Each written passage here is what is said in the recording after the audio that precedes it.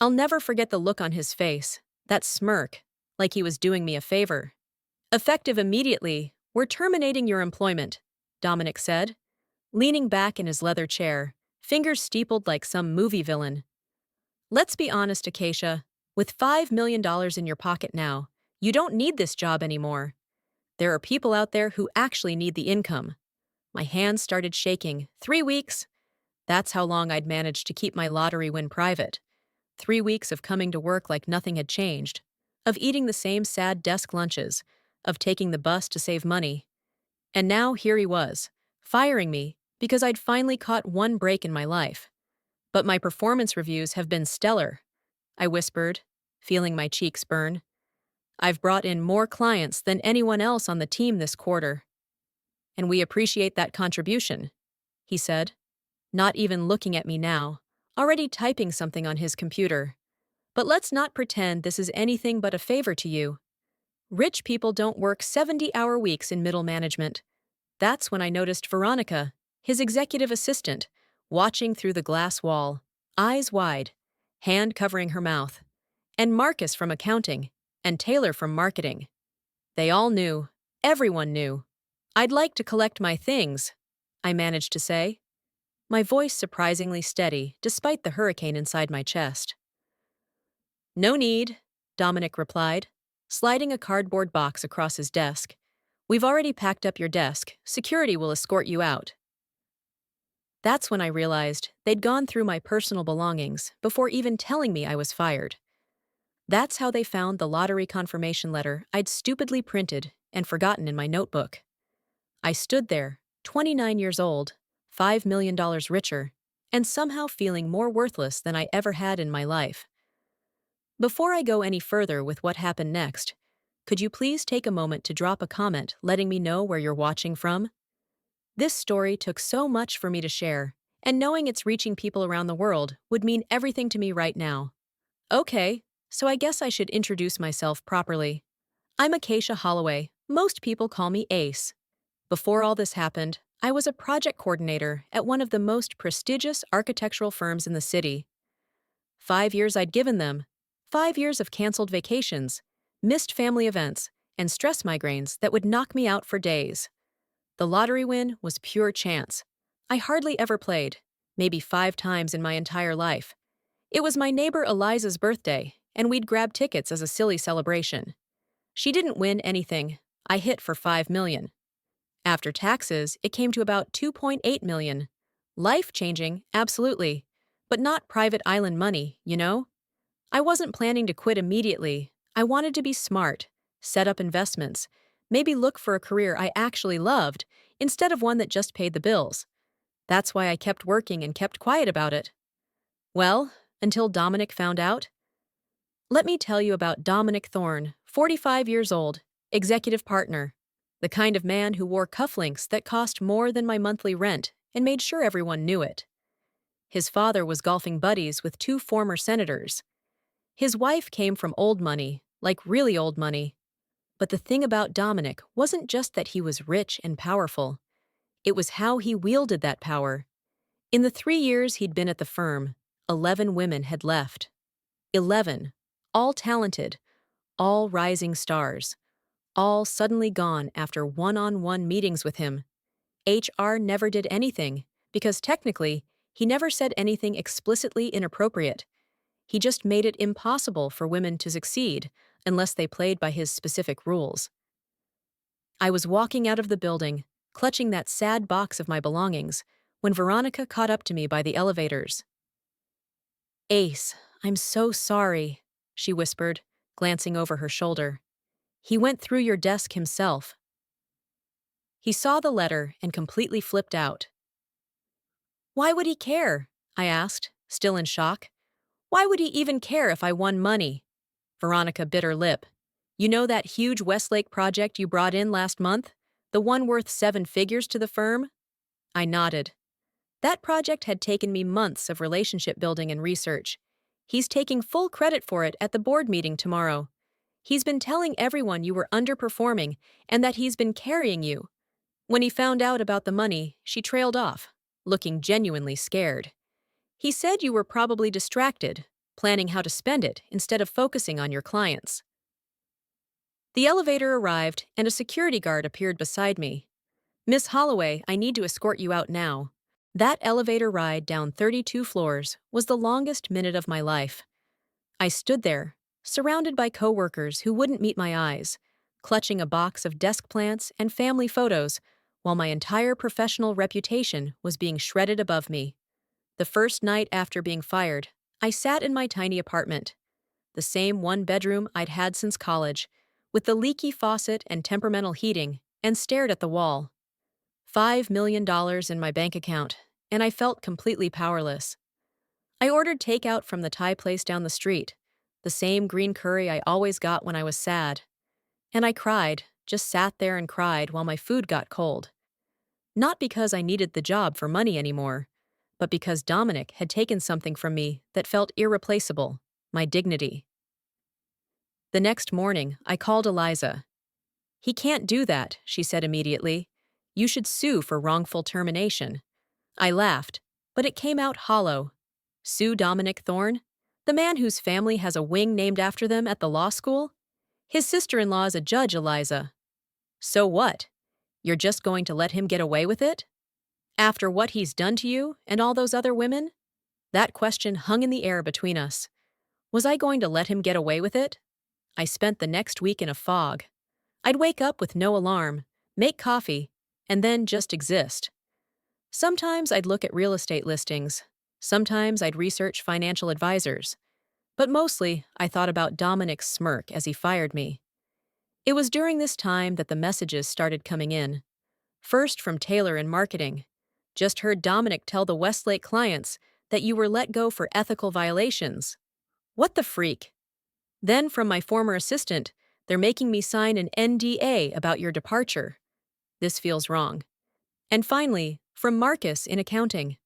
"Thorne just announced he's redistributing your client accounts to more reliable team members. He specifically mentioned your lottery win as evidence you weren't serious about your career." People are uncomfortable, but nobody's saying anything. That was when something shifted inside me. This wasn't just about losing my job anymore. This was about a powerful man deciding that my story didn't matter, that he could rewrite it however he wanted, and no one would stop him. I opened my laptop and created a new document. At the top, I typed, "The truth about Dominic Thorne."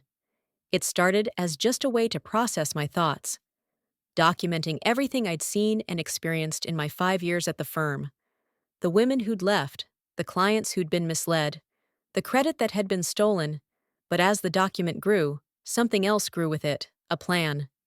Dominic Thorne thought money made him untouchable. He thought his connections protected him from consequences.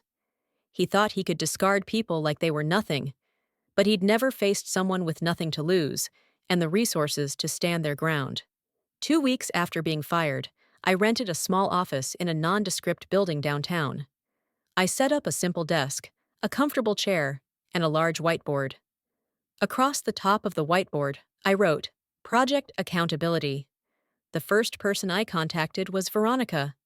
I invited her for coffee at a quiet cafe, 3 neighborhoods away from the firm. "I can't be seen talking to you," she said nervously, sunglasses on despite the cloudy day. "He's been on a rampage since you left. 2 more people have quit." "I'm not asking you to do anything that puts your job at risk," I assured her. "I just need information." "What kind of information?" Her fingers tapped anxiously on her coffee cup. "Dates, times, names. I need to know exactly who Dominic has hurt and how." Veronica stared at me for a long moment. "Why? What are you going to do?" I took a sip of my coffee before answering. "I'm going to make sure he never does it again." That meeting with Veronica was the first thread I pulled, but it wouldn't be the last. Over the next month, I met with 7 former employees who'd left because of Dominic. Each had a story more disturbing than the last. Sybil, a brilliant designer, who'd been told her emotional nature made her unsuitable for client meetings. Zara, who'd been passed over for promotion 3 times while watching less qualified men advance. Nolan, who'd witnessed Dominic altering billing records, but had been too afraid to report it. They all agreed to help, but they were scared. Dominic's reach was long, and his memory for slights was legendary. "He'll destroy us if he finds out," Zara warned me over dinner one night. "You don't understand who you're dealing with." "I understand exactly who I'm dealing with," I replied.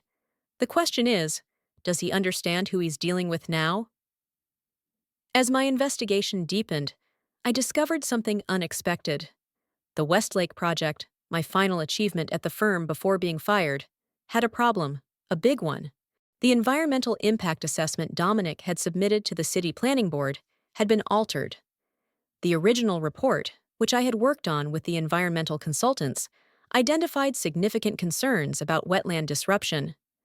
The version submitted after I left removed those concerns entirely. I still had my original files backed up on my personal cloud storage. The timestamps were clear. The report had been changed after I was gone. And just like that, I had my leverage point. But leverage alone wasn't enough. I needed to be strategic. Dominic had power, connections, and an image carefully cultivated over decades. A frontal assault would fail. I needed to be smarter. I formed a plan that required patience and precision. I would need allies, evidence, and perfect timing. Most importantly, I would need Dominic to believe he was still in control. And so began the most challenging performance of my life. Using a small portion of my lottery winnings, I established a shell company called Horizon Investments. Through this company, I approached the firm as a potential new client with a major development project. The budget I hinted at was substantial enough to catch attention, but not so large as to invite intense scrutiny. I hired Bennett, a former colleague who'd left the industry altogether, to act as my company's representative. His job was simple: request Dominic Thorne specifically as the lead architect, and insist on comprehensive environmental assessments for the project site. Meanwhile, I reached out to Claudia Westlake, the head of the family behind the Westlake project. We'd developed a good rapport during my time bringing in their business. I requested a confidential meeting at her home, away from corporate eyes. "I've been hearing concerning things about how our project is being handled," she told me when we met, confirming my suspicions. "But no one at the firm will give me straight answers." I took a deep breath. What I was about to do would set everything in motion with no possibility of turning back.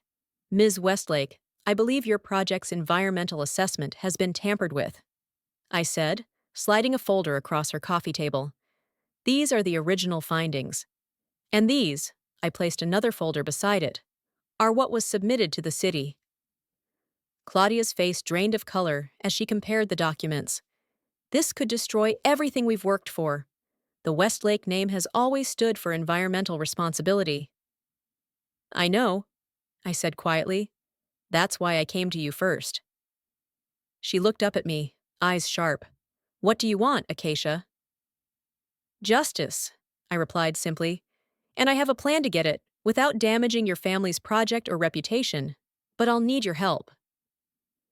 As Claudia and I talked into the evening, the pieces of my plan locked into place. The trap was set. All we needed now was for Dominic to walk into it. I left Claudia's house that night, feeling something I hadn't felt since the day I was fired. Powerful. Not because of the money in my account, but because I had finally found a way to fight back that couldn't be dismissed or ignored. The next morning, I stood in front of my whiteboard, adding the final details to project accountability. My phone buzzed with a text from Bennett. Meeting with Thorne confirmed for next Thursday. He took the bait. I stepped back and looked at the web of connections I'd mapped out, the evidence I'd gathered, and the timing I'd planned. In 1 week, everything would change, not just for me, but for every person Dominic had ever stepped on in his climb to the top. For the first time in my life, I understood that sometimes justice doesn't come from following the rules. Sometimes you have to rewrite them entirely. The night before the meeting with Dominic, I couldn't sleep. I stood at my apartment window, watching the city lights, thinking about the path that had led me here. $5 million hadn't changed my life the way everyone assumed it would. It hadn't made me happy. It had simply given me options, options I never had before. Thursday morning arrived with a clarity I hadn't experienced in weeks. I dressed carefully in clothes I'd never worn to the firm, a deep burgundy suit that projected confidence without aggression. My hands were steady as I applied my makeup, as I slipped on the simple gold necklace my grandmother had given me before she died. "You look like you're going to war," Eliza commented as I passed her in the hallway. I smiled. "In a way, I am." Bennett texted me when Dominic arrived at the conference room. "Eagle has landed. He brought Marcus from accounting and a junior architect named Gwen. Perfect witnesses." I waited in a cafe across the street, watching the minutes tick by. According to our plan, Bennett would spend the first 30 minutes discussing the fictional development project, emphasizing the need for impeccable environmental assessments. Then, at exactly 10:30, Claudia Westlake would arrive, unannounced and unexpected. At 10:25, I left the cafe and crossed the street. My heart hammered in my chest, but my resolve was iron.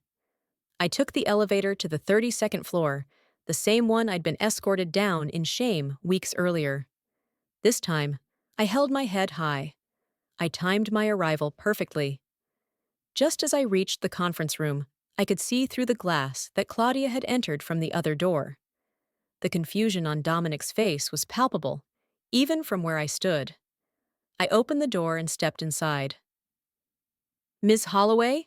Dominic's voice cracked slightly. "What is the meaning of this?" Bennett stood. "Mr. Thorne, allow me to properly introduce myself.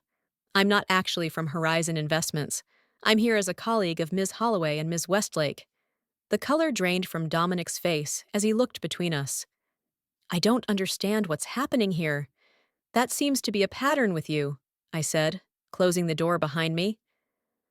My voice was calm, measured, not understanding things, like the difference between original environmental reports and falsified ones. Marcus shifted uncomfortably in his chair. Gwen, the junior architect, looked confused but attentive. Claudia placed a leather portfolio on the table. "Mr. Thorne, I've recently discovered some disturbing discrepancies in the environmental impact assessment for my family's project. I'm sure there's been some misunderstanding," Dominic said, recovering quickly, his smile returning. "Perhaps we should discuss this privately." "No," Claudia replied firmly. "I think we need witnesses for this conversation." I moved to the head of the table, the position Dominic usually occupied during meetings. "Let me be clear about what's happening, Dominic. We have documented evidence that you altered environmental reports for the Westlake project after firing me. Reports that minimize significant environmental concerns." "That's preposterous," he sputtered. "And even if there were changes, they would have been approved through proper channels." "That's interesting," I said, "because I've spoken with the environmental assessment team. They never approved any changes. In fact, they're quite disturbed to learn their work was modified without their knowledge." Marcus cleared his throat. "Mr. Thorne, is this true? Were the reports altered?" The shift in the room was subtle but unmistakable. For perhaps the first time in his career, Dominic Thorne was not in control of the narrative. I opened my laptop and turned it to face the room. "I've prepared a presentation that details exactly what happened. But first, I should mention that I've invited some additional participants to join us." On cue, the conference room door opened again. Veronica entered, followed by the head of HR, Imani Wells, and two members of the firm's board of directors. "Ms. Holloway informed us of some concerning allegations," said Roland Burke, the eldest board member. We felt they warranted immediate attention. Dominic's face flushed with anger. "This is an ambush! Acacia is clearly bitter about being terminated and is fabricating these accusations." "Actually," Imani from HR interjected, "I've had concerns about certain patterns for some time, but without concrete evidence." She let the implication hang in the air. For the next 45 minutes, I methodically presented my evidence. The original environmental reports with their timestamps and authentication codes. Emails between environmental consultants expressing concern about changes made without their approval. testimony from former employees about Dominic's pattern of behavior, and then the piece de resistance, a recording. After I was fired, I explained. Dominic called the Westlake project manager and claimed I had been terminated for ethical violations. He specifically stated that I had been cutting corners on the environmental assessments. Fortunately, that project manager was concerned enough to record the call. I pressed play. Dominic's voice filled the room, smooth and assured, as he systematically dismantled my professional reputation, while simultaneously taking credit for my work. The silence when the recording ended was deafening. "That will be all, Mr. Thorne," Roland Burke said quietly. "Please wait in your office while the board confers." "This is ridiculous," Dominic snarled, standing so abruptly, his chair rolled back and hit the wall. "You're going to take the word of a disgruntled former employee over mine? I built this department." "You built nothing," I said. My voice steadied despite the adrenaline coursing through me. "You took credit for other people's work. You pushed out talented women who threatened your ego. You falsified documents that could have resulted in environmental damage and legal liability for this firm." He turned to me, eyes blazing. "You think your lottery money makes you powerful? You're nothing. I'll make sure you never work in this industry again." I smiled, and it felt like the first genuine smile I'd had in months. "That's where you're wrong, Dominic. I don't need to work in this industry again, but you do." The board members escorted Dominic from the room. The rest of us sat in stunned silence until Claudia spoke. "Well," she said, "I believe we have a project to salvage, and it seems we're in need of a new project lead." She looked directly at me, someone who understands the importance of integrity in our environmental approach. 2 hours later, I stood in what had been Dominic's office, watching as security escorted him from the building. Not with the courtesy they'd shown me. There was no prepackaged box, no gentle guidance. His face was twisted with rage as he was marched through the open office, past the wide eyes of the colleagues who had feared him for years. By the end of the day, 3 things had happened. Dominic Thorne had been terminated for ethical violations. I had been offered a consulting contract to rescue the Westlake project at triple my former salary, and an internal investigation had been launched into the firm's handling of employee complaints. But the most satisfying moment came 3 days later, when the industry newsletter published its weekly update. There, in the personnel section, Dominic Thorne has departed from Larson Burke Associates, following concerns about project management practices. Sources close to the situation suggest Mr. Thorne may face challenges securing comparable positions due to the nature of his departure, professional language for what was essentially career death in our tightly knit industry. I didn't take the consulting contract. Instead, I used a portion of my lottery winnings to establish a legal fund for employees facing workplace discrimination and whistleblower retaliation. I named it after Sybil, the designer who'd been told she was too emotional for client meetings. Within a month, we had 20 cases in progress. As for Dominic, I heard through industry channels that he tried to start his own firm, but potential clients kept finding those news articles about ethical violations during their due diligence. His wife, the one with old money filed for divorce 6 months later, when his financial prospects continued to dim. The last I heard, he was teaching part-time at a community college in another state.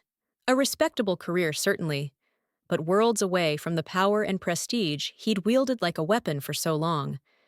Sometimes I wonder if my revenge was too harsh, if I could have found a way to address the injustice without destroying a man's career. But then I remember the 11 women who left the firm because of him. I remember how he tried to ruin my reputation after firing me for having good fortune. I remember the environmental report he falsified, which could have led to lasting damage to protected wetlands. And I realized that what I did wasn't revenge at all, it was accountability. It's been 2 years since that day in the conference room. My life has changed in ways I never could have predicted. The money from the lottery is mostly invested now, generating enough income that I can focus on running the legal fund full-time. I bought a modest house with a garden where I grow vegetables and flowers. I adopted a rescue dog named Prudence, who snores louder than any human I've ever met. Last month, I ran into Gwen, the junior architect who had been in that conference room. She's a project lead now at the firm, the youngest woman ever to hold the position. You know, she told me over coffee, everything changed after that day. Not just because Dominic left, but because people saw that speaking up could actually make a difference. The culture is completely different now. That's the thing about power. When it's abused, it seems impenetrable, untouchable. But sometimes all it takes is one person willing to stand up, to say enough, to bring the whole structure tumbling down. I'm not saying everyone who's been wronged can or should do what I did. I had advantages, financial security from the lottery, documented evidence, and allies willing to take risks. Not everyone has those things, but I do believe that there's always a way to fight back against injustice. It might not be quick, it might not be easy, but there's always a path forward if you're willing to be strategic, patient, and brave. My phone buzzes with a notification. Another case has been referred to our legal fund. Another person finding their voice against someone who thought their power made them untouchable. And that, more than the money or the satisfaction of watching Dominic's downfall, is the real prize. Knowing that what happened to me won't happen so easily to someone else. So if you're watching this and you're in a situation where someone with power is abusing it, know that you're not alone. Know that there are people out there fighting for you. People who understand what you're going through. If this story resonated with you, please hit the like button and share it with someone who might need to hear it. Drop a comment below if you've ever stood up to someone who thought they were untouchable. I read every single one. And if you want to see more stories about finding justice in unexpected ways, subscribe to my channel. Because while this chapter of my life has closed, there are so many more stories waiting to be told. Remember, money can buy influence, but it can't buy integrity. And in the end, integrity always wins.